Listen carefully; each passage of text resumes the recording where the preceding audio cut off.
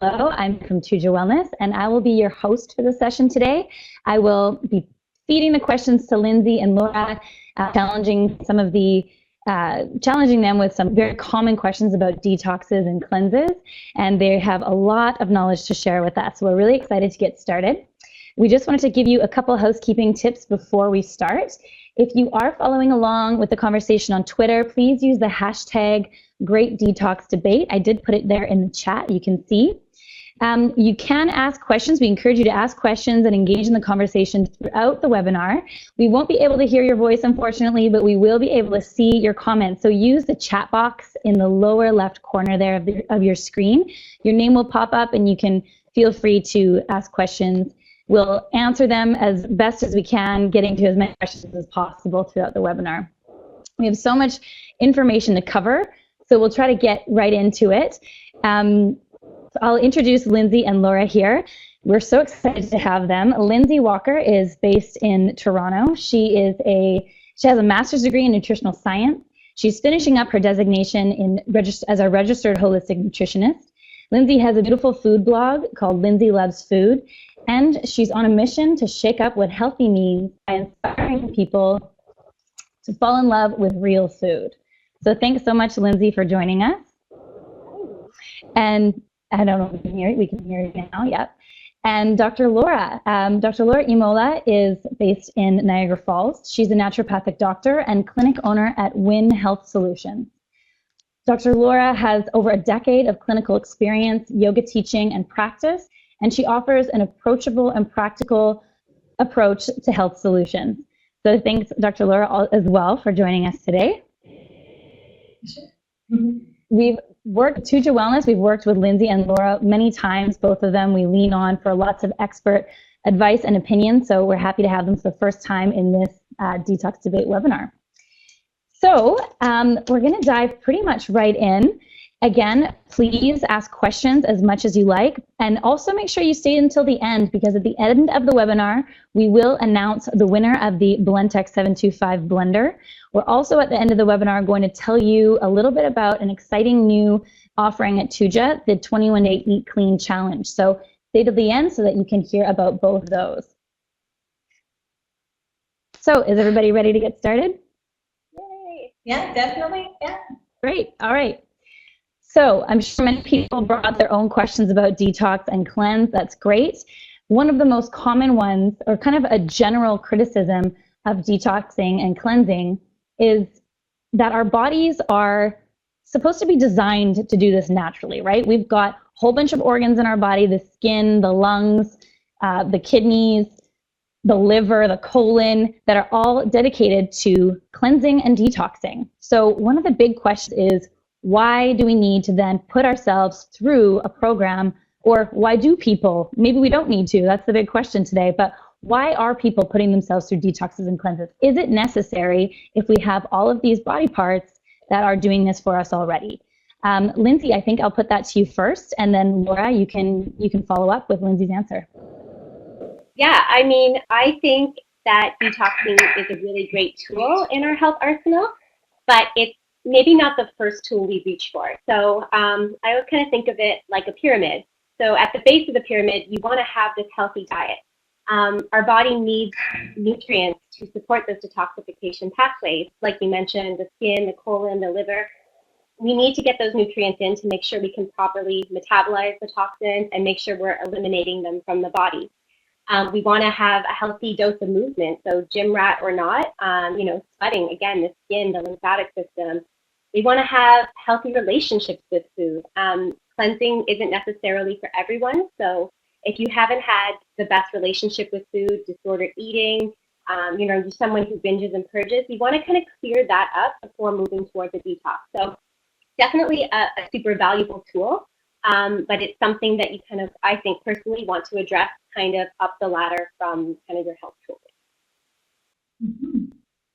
Yeah, that's great. I agree with Lynsey. I always think it's important to do small things every day to support the detoxification pathways, such as which you mentioned with regard to diet and keep moving and sweating. Those are really essential. And it's true that not all people feel great doing a detox. So we have to really take it by an individualized sort of approach and decide what that person specifically needs. And our bodies are detoxing constantly. That's our normal physiology. As we sit here, we're detoxing. So we want to try to ensure that that's happening as optimally as possible. And I agree with Lynsey, certainly to do those little things every day are very impactful. And then assessing on top of that if the need of doing an actual detoxification plan or having something set out is important as well for that person.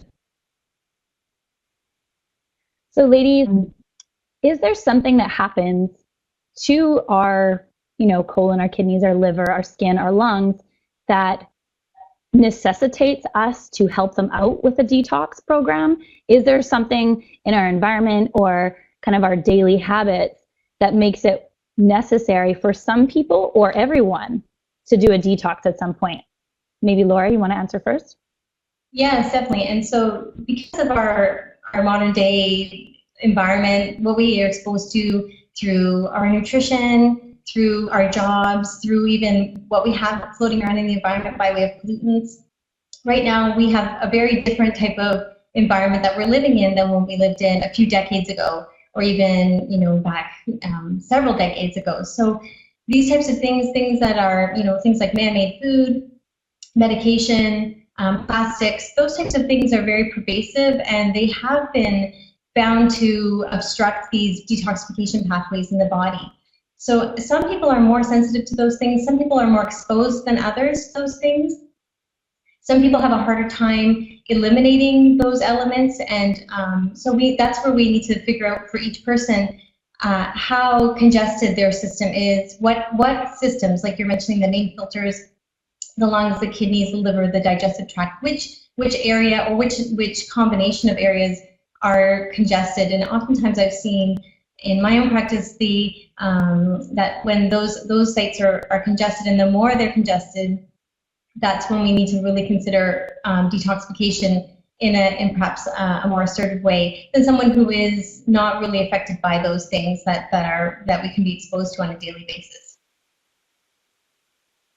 And I agree. I think that's why it's important to use it as a tool and work with either a nutritionist or a naturopathic doctor who can really identify those key pieces that's personalized to you, because everybody is different and everyone's reaction is going to be different. So I think having something that's tailor-made, and it's a plan too. It's not just you going blindly and jumping on the latest fad. It's something that's a program, because you do need to support your body. Like I said, you need those nutrients to make sure you're metabolizing things properly, because if you get yourself in a situation where, say, you're cleansing the liver and you're completely constipated, you're not having a healthy bowel movement, you're doing more harm than good. So really having that plan, tailoring it to you, and working with someone who can kind of guide you through it, I think is really important. Okay, thanks. We've had a couple questions come in already on this topic. It just disappeared on me. Maybe Aaron, our tech support, can help me out with that in the background. Oh, there, it's reappeared. So one of the questions came in from Sandy. She says, Sandy says, Lynsey, can you please speak a little louder? But Lori says, what are some of the signs and symptoms of needing to initiate a detox? Which is a great question. I was just about to ask you that. So everybody's different. There's a different detox strategy perhaps for everybody. But how do you know you need a detox? How do you know you need to start something? Can you guys hear me? Yeah, go ahead. Okay, just checking. I mean, for me personally, I've seen people, if they're having skin issues, they're doing all the right things, but having a hard time kickstarting that metabolism. Low energy is a really good one. You just feel off. I mean, sluggish, kind of not yourself. Low energy skin, I think, and weight loss are probably three of the biggest ones. But it's just kind of listening to your body, and do you feel your greatest?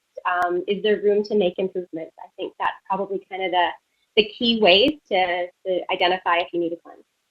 Mm-hmm.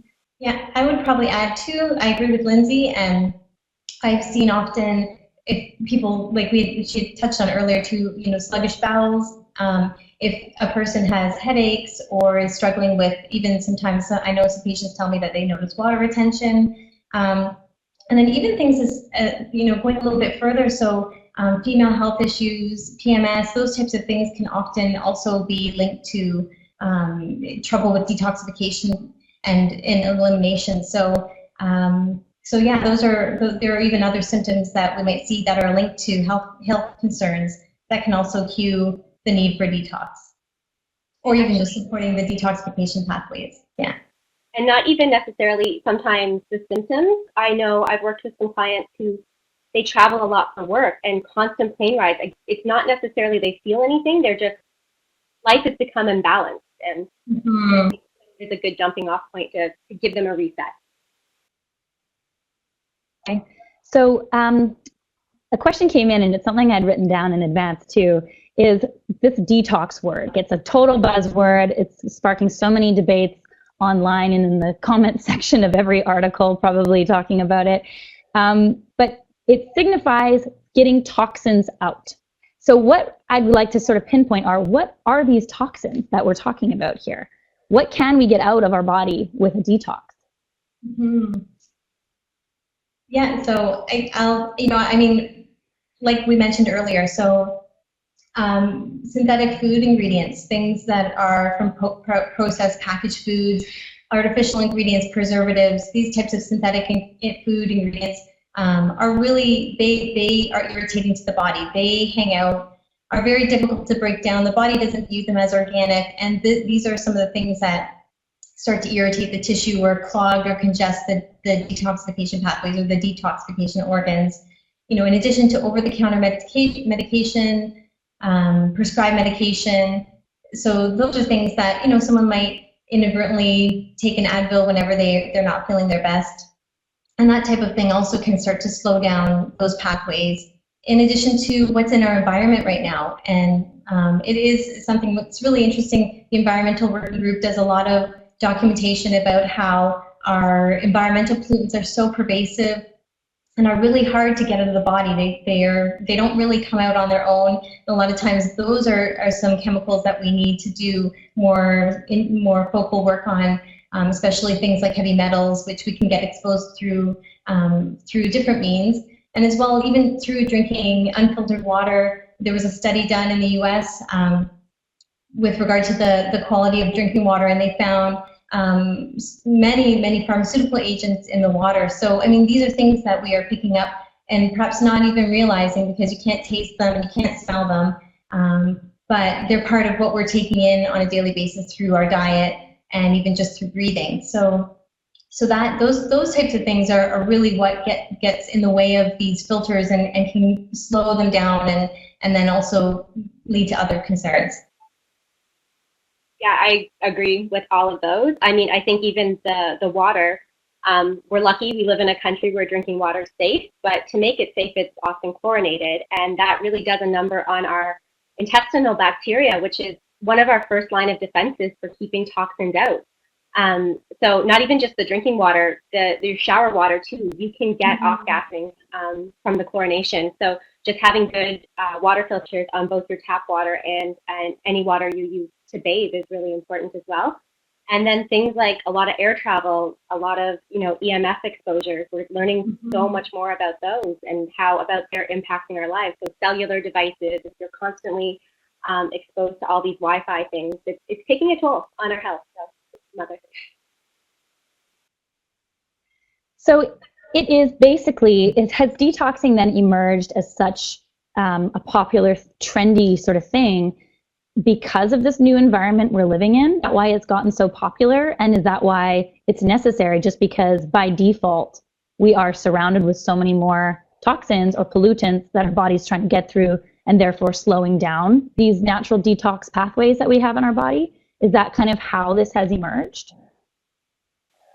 Well, I think, looking back at Ayurvedic or traditional Chinese medicines or, cultures throughout the world, throughout the ages, they've always kind of had some detox or fasting or some sort of time in the year where they scale back. So it's not necessarily, detoxing is new. We know more about human health and nutrition than we did before. So we can start to give names to, certain metabolic pathways or certain detoxification pathways, which is great because we can start to, tailor and pare things down. But yeah, I think they've kind of always been around, but it is, trendy now. And when you see results and you see our modern lifestyle, I think too, we're really fortunate to live in a time where, processed foods and, are kind of on the out, fat is back. So we're starting to really see the power that getting back to basics with nutrition is all about. So I think that's starting to play in as well. Yeah, and I agree. Detoxification has been part of so many practices for many, many years, many, many cultures, and for ages. And I do think that it is something that we're starting to respect now. More and more people are seeing how much it improves their health when they consider eating clean and considering the health of their detoxification organs too. Like we talk about our liver health and digestive health. But I do think too that just thinking about the environment that we're in and just considering what my mentors have taught me, who have been in practice longer than I have, who have seen, they've been talking detox for many, many years, but do see too that it is, there's more of a need for certain individuals now, given our environment too, and given what we're exposed to because of the changes in food quality and our environment as well. Okay, thanks. I wanted to get back to a question from Sarah Phillips here in the chat. She said, I'm sure I'm addicted to sugar. Can you discuss why a detox might help? Yeah, hi Sarah. So yes, that's a really great question. When we think about sugar detoxification, there's a couple things that you want to keep in mind.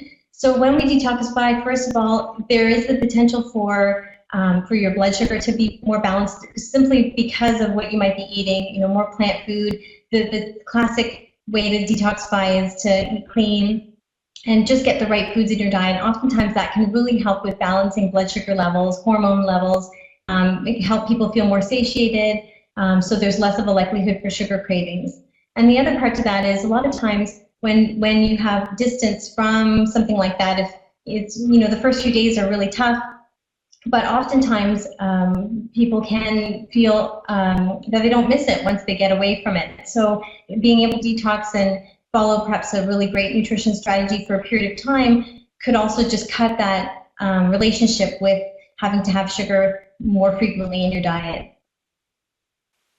Yeah, and I think eating a lot of sugar, blamed as one of the pitfalls of it, is it depletes us of a lot of key nutrients that it doesn't give back to our body. B vitamins are the biggest example. So if you're eating a lot of sugar, we require B vitamins to metabolize it, and then we start to deplete ourselves. And, we need B vitamins for our metabolism to keep that nice and healthy and strong. B6 for liver functioning, energy levels, proper sleep, hormone production. So you'll start to see, kind of some of the signs of a detox, those benefits come into play when you start to remove the sugar from your diet. So we've all heard about, and probably many of us have tried, lots of different types of detoxes and cleanses. I guess the first part of this question is there a distinction between a detox, a cleanse, a diet, and just general health? What's the difference, and how do we know which is best for us or what we need at this time? I think what's in a name, it's what you kind of give a framework to. I mean, you could argue, for example, someone who identifies as vegan, is that a diet or is that a lifestyle? It's kind of, I think, what you make it. I think there's, especially now, there's a whole spectrum of cleanses, detoxes, elimination diets.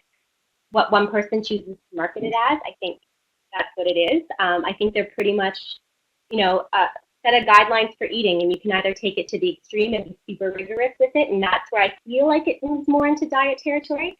But if you're kind of open and ebb and flow with things, I think that's kind of more of a lifestyle. I don't know. I think diet has a negative connotation, and I think, like I said, detox and cleanse, it's really how it's marketed. But I don't know. That's my opinion, Laura.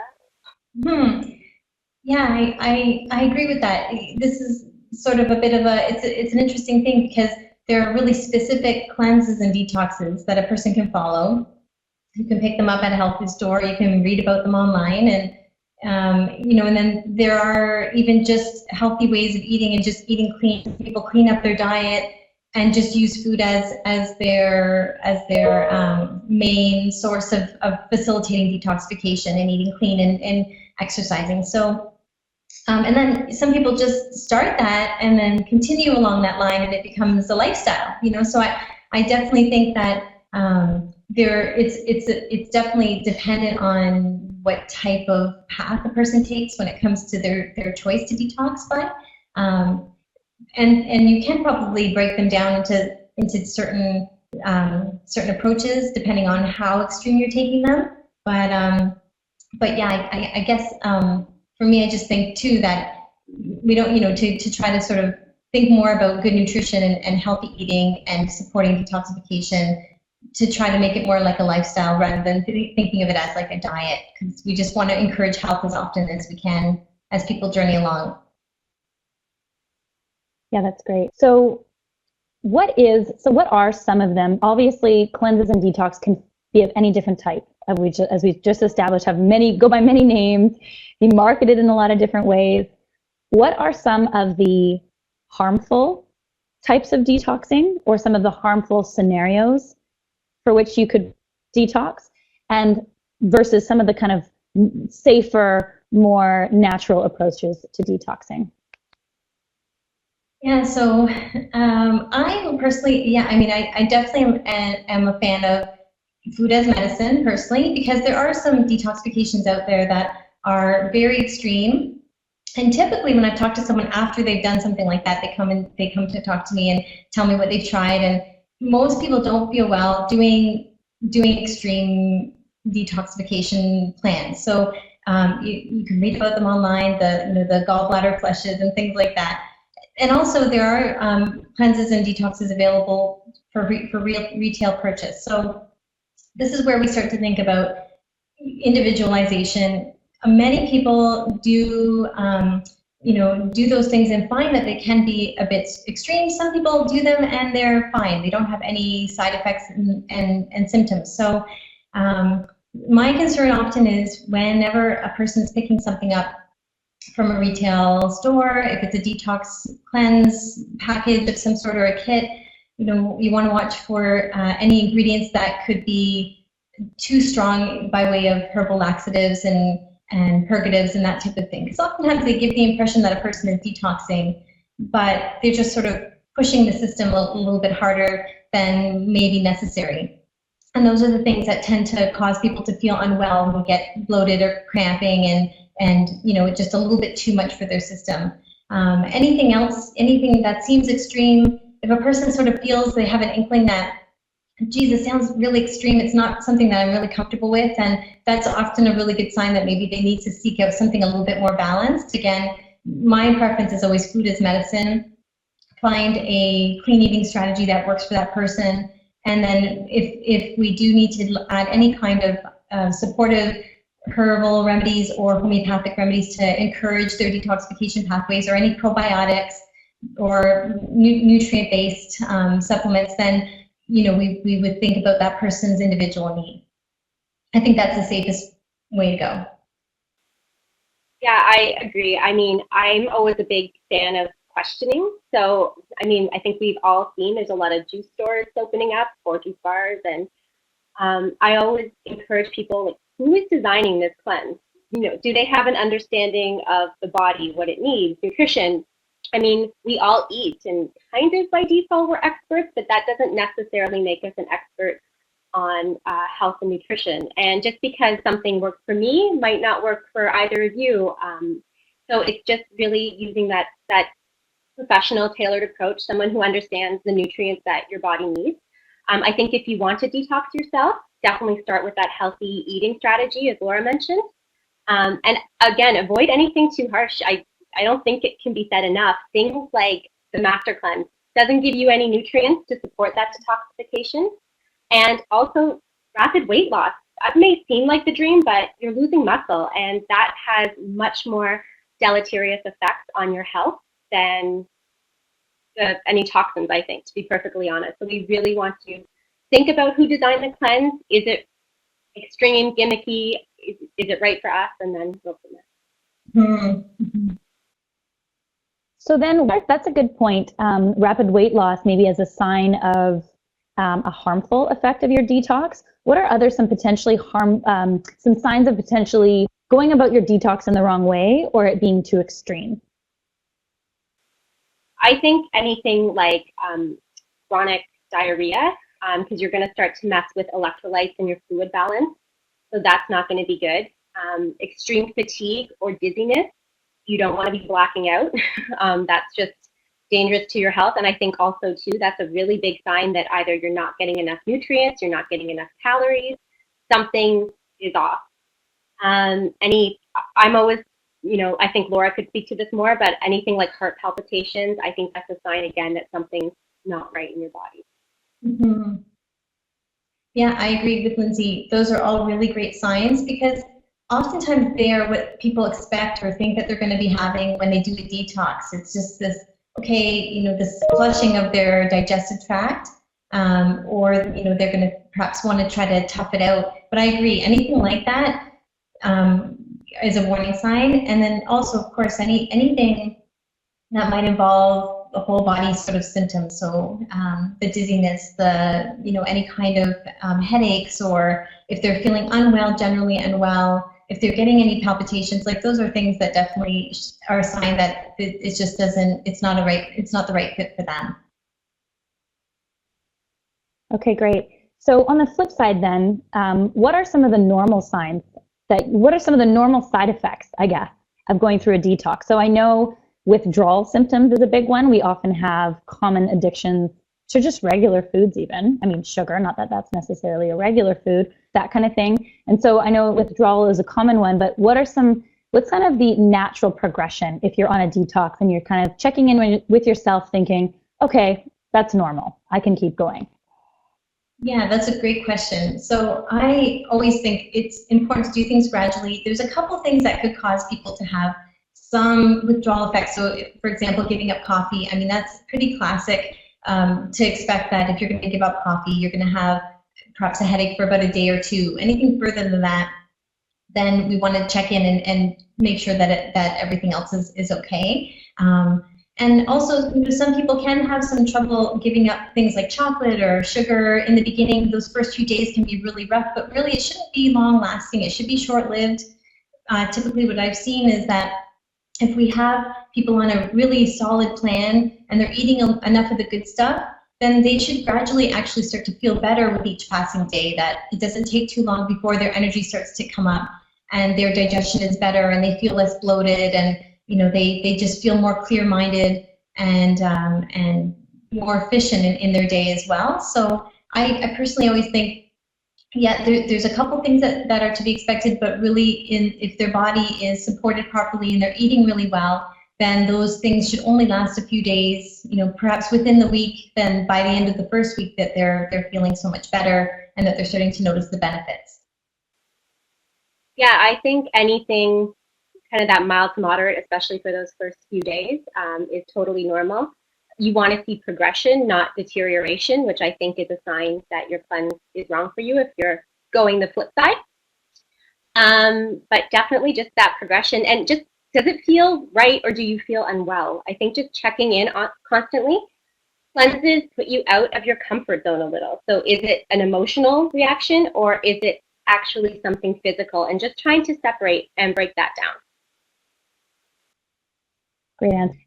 I kind of want to go through a little bit of a rapid fire Q&A, if that's okay, because we've got so many great questions from our attendees here. So maybe if I can just quick answers and just one each kind of thing, if that's okay. And then later, just because there's never enough time to discuss interesting topics like this. But here's one from Sarah. She says, are enemas good for detoxification? The Gerson therapy recommends coffee enemas for ill patients, helping detoxifying the liver from excess sodium and other malign substances for the body. Lynsey, if you want to take that one. Enemas are something that I personally use in practice. I think they're, harsh, maybe as a last line of defense, but I personally don't use them in practice. Okay, thank you. And I have a question here from Twitter that's asking about detoxification while breastfeeding. So while someone is breastfeeding, is detox a good idea? And if so, is there a specific type or approach that they can take safely? Yeah, okay, that's a great question. I get that question quite a bit. And I typically don't advise to detox during breastfeeding. The reason is that we want to ensure that your caloric intake is up because you're going to need extra calories to feed your baby to produce breast milk. So eating clean, that's one thing. So we can always make sure that a woman is eating really well. And again, we're not, as far as detoxification goes, we don't want to restrict anything. We might want to add and just make sure that the clean foods are in her diet, and making sure she's got enough good fat, enough plant food, enough good protein, and good carbohydrates. So that's really important. We can certainly clean up the diet, but we don't want to do anything too extreme during that time because a woman's caloric needs are so important to ensure that she's got enough breast milk produced and she can nourish her child. Great, thank you for that. And for Lynsey, would you consider juicing a form of detoxing? And juicing is another hot topic, so I'm intrigued. Yeah. Again, I think it can be done well or it can be done poorly. If you're juicing, you're not getting the fiber from the fruits and vegetables. So if they're predominantly fruit juices, that's really going to spike the blood sugar, and that's going to put you kind of in those highs and lows, and it's not really the greatest. I think there's some well-designed ones, but again, those are kind of extreme, and I'm more of the camp 1, 2, 3 days max, because you need the protein to prevent muscle wasting. You want the fiber to promote a healthy bowel function. So they can have a place, but I think they are a short duration cleanse versus something a little bit longer. Great. And then Claire says, are water filtration systems that you attach to your sink worth the cost? They tend to be quite expensive. Laura? Yes, I'm a big fan of RO filters. I just based on research and the years of practice, RO filters, reverse osmosis filters are one of the best filters. They really do filter your water quite comprehensively. And the thought with a lot of people question whether or not they're worth it. It is really important to drink clean water. The second question that comes to that is, well, if this water is everything is taken out of it, is it healthy for us? And usually I say it's much healthier to drink clean water, drink your water clean, than to have contaminants in your water that you may accumulate over time in your body. Okay, great. And then Paul says, can we touch on the use of probiotics when detoxing? Lynsey, can you speak to the role of probiotics in relation to detoxing? I love bacteria. I think they're very important, and we're starting to learn so much about the role they have in health. I think I mentioned earlier, they're kind of our first line of defense in our colon. So if we have really good, healthy bacteria, we're going to help to keep some of those toxins from ever entering our system. It's also going to help prevent bad bacteria, parasites, and yeast from taking up, and those can be, some of the culprits behind needing a detox. So I'm a fan of probiotics, and not just even probiotics, more fermented foods as well. So really just getting a broad spectrum of all of those good bacteria in the diet. Thanks for that. Lauren says, I just we'll touch on a couple more of these questions. They're so great, but we'll carry on. Lauren says, is a detox possible even while part of a training program for marathon training? Okay, that's a good one too. I've had that question. So this again, it comes down to need, caloric needs, how balanced it is. I probably wouldn't recommend anything too extreme during training because again, the body needs all of those different components, good fat, good protein, and good carbohydrate, and enough of that to ensure that energy needs are met and muscle building is supported. And even just for recovery time, we need to make sure we have all the right nutrients. So again, eating clean, if we can differentiate between eating clean and cleaning up the diet and doing that in a smart way and in a way that supports the individual needs, versus detoxing, which might be a little bit a little different depending on what might be necessary for that person's system. So again, it depends on the individual, what the type of training they're doing, how intense it is, what they're training for, and then also is it how long they're going to be doing that for, because perhaps after a race they might be able to then do something a little bit tighter as far as a detox plan. But once those needs are not as much in the forefront. Okay. Vanessa asks, Lynsey, what is your opinion on tea talks, like the one by Skinny Mint, Morning Boost Tea and Night Cleanse Tea, plus Great Alimentation? I'm not sure what that means. But generally, what's your stance on tea talks? I don't know tea talks personally. I think teas can be a really great tool in a detox plan. You can get some great ones to help support some of those detoxification pathways. Also, drinking some herbal tea at night, great way to increase your water intake. So I think there are some benefits. Again, looking at who designed that detox, it's great to say there are herbs in there, but what dosage are they in? Laura was mentioning that earlier. Are they too harsh, or maybe they're not enough? So you really want to look at the specifics around dosage, who designed the detox, what systems are it targeting. Again, if it's something targeting the liver, you want to make sure the bowel is supported as well. So just kind of asking some questions. I'm sorry I don't know that one specifically, but. That's okay, and it's a good time to say that we're gonna make time for one more question because it's a good one. We didn't get to it. And if you have any more questions, we'll give you a couple means of asking them. You can always ask us on any of our channels or just emailing somebody from Tuja Wellness. I'll give you another option in just a second here. But Laura, if you could tell us kind of a combined question between Lori and somebody else here. Basically, how often should someone detox? Should someone detox for? And how long would you recommend detoxing for? So how often within the year, and then for how long? Yeah, okay, so when we're considering detoxification, there's just that classic rule of spring and fall. So perhaps once every 6 months, if you're looking at doing something specific as far as a detox plan. Again, I go back to always, the little things you can do every day is going to be very impactful. So my whole thought is the small things we do 365 days a year, that's always great, eating clean. But if you do want to think of maybe going a little bit more to a more focused detoxification plan, then I think, okay, spring and fall are really great times of year. You don't want to detoxify during the cooler months because your energy levels are a bit lower then, and it's really a little easier to do during the warmer seasons. And then for how long, it really depends on the person. So I always talk to people and ask them, what's your comfort level? And we decide what we're trying to address. So some people find that doing a 10-day to 14-day detox plan is good for them, given what their lifestyle is like in their schedules and what their if it's practical for them as well. And some people find that they want to go on for 4 weeks, 3 to 4 weeks, because they feel great doing what they're doing.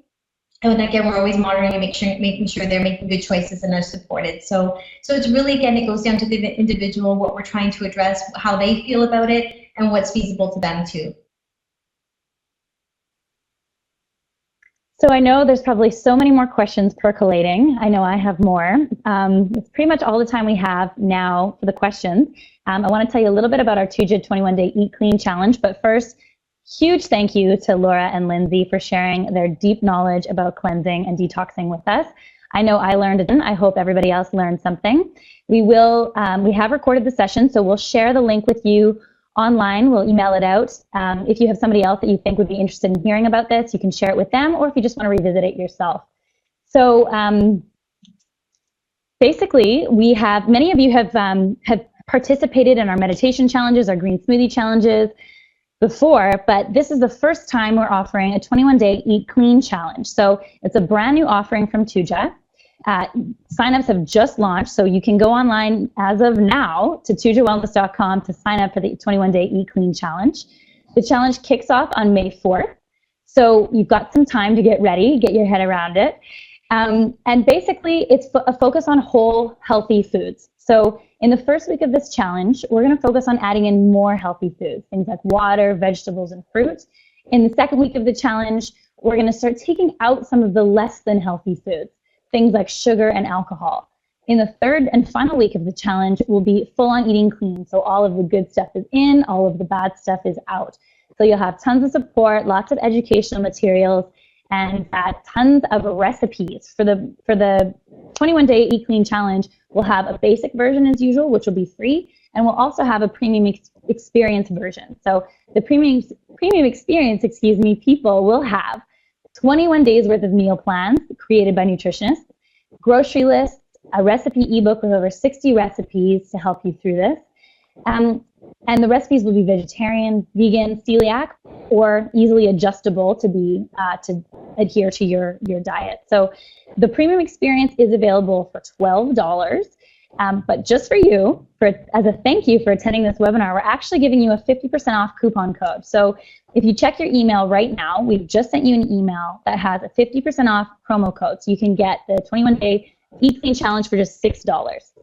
You'll also want to check that email because we've announced the name of the winner of the Blendtec blender. So check your email, see if you won the blender, and use that promo code if you're interested in the Eat Clean Challenge.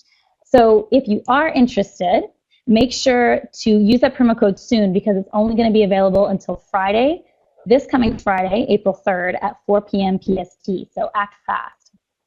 So that's pretty much everything. If you have any questions about both this detox debate webinar, any questions for Laura or Lynsey, contact them, reach out to them on their websites. We've got the slide up here, lindseylovesfood.com, at lindseylovesfood on Twitter, or winhealth.ca for Laura, and at Dr. Laura on Twitter. So thanks so much, everybody, for joining us. It was great to have you here, and we hope to see you in our Eat Clean Challenge in May. Have a great night.